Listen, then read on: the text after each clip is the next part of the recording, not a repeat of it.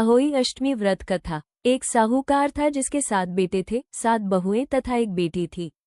दिवाली से पहले कार्तिक बदी अष्टमी को सातों बहुएं अपनी इकलौती नंद के साथ जंगल में खादान में मिट्टी खोद रही थी। वहीं स्याहू से की मांद थी। मिट्टी खोदते समय नंद के हाथ से का बच्चा मर गया। स्याहू माता बोली कि अब मैं तेरी कोख बांधूंगी। तब नंद अपनी सातों भाभियों से बोली कि तुम में से मेरे बदले कोई अपनी कोख बंधवा लो।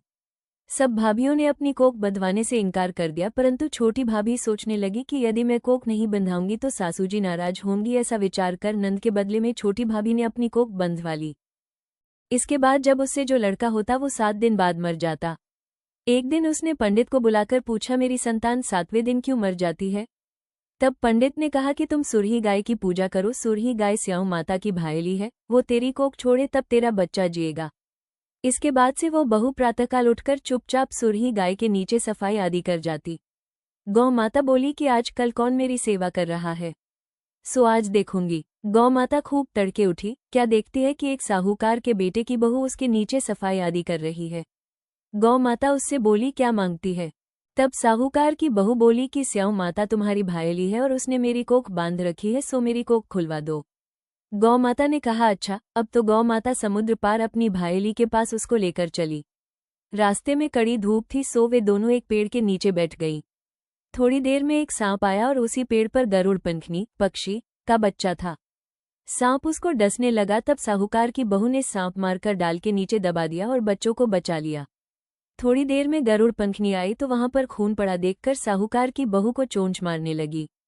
तब साहूकारनी बोली कि मैंने तेरे बच्चे को नहीं मारा, बल्कि सांप तेरे बच्चे को डसने को आया था। मैंने तो उससे तेरे बच्चे की रक्षा की है।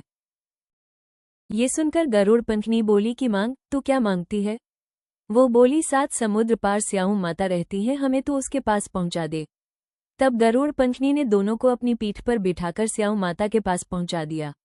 स्याऊ माता उन्हें देखकर बोली कि आ बहन बहुत दिनों बाद आई। फिर कहने लगी कि बहन मेरे सिर में जू पड़ गई है।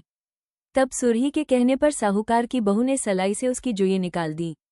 इस पर स्याऊ माता प्रसन्न हो बोली कि तूने मेरे सिर में बहुत सलाई डाली है, इसलिए तेरे 7 बेटे और बहू होंगी। वो बोली, मेरे तो एक भी बेटा नहीं, 7 बेटे कहाँ से होंगे?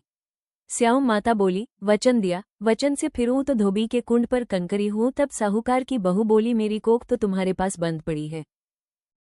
ये सुन स्याऊ माता बोली कि तूने मुझे बहुत ठग लिया। मैं तेरी कोख खोलती तो नहीं, परंतु अब खोलनी पड़ेगी।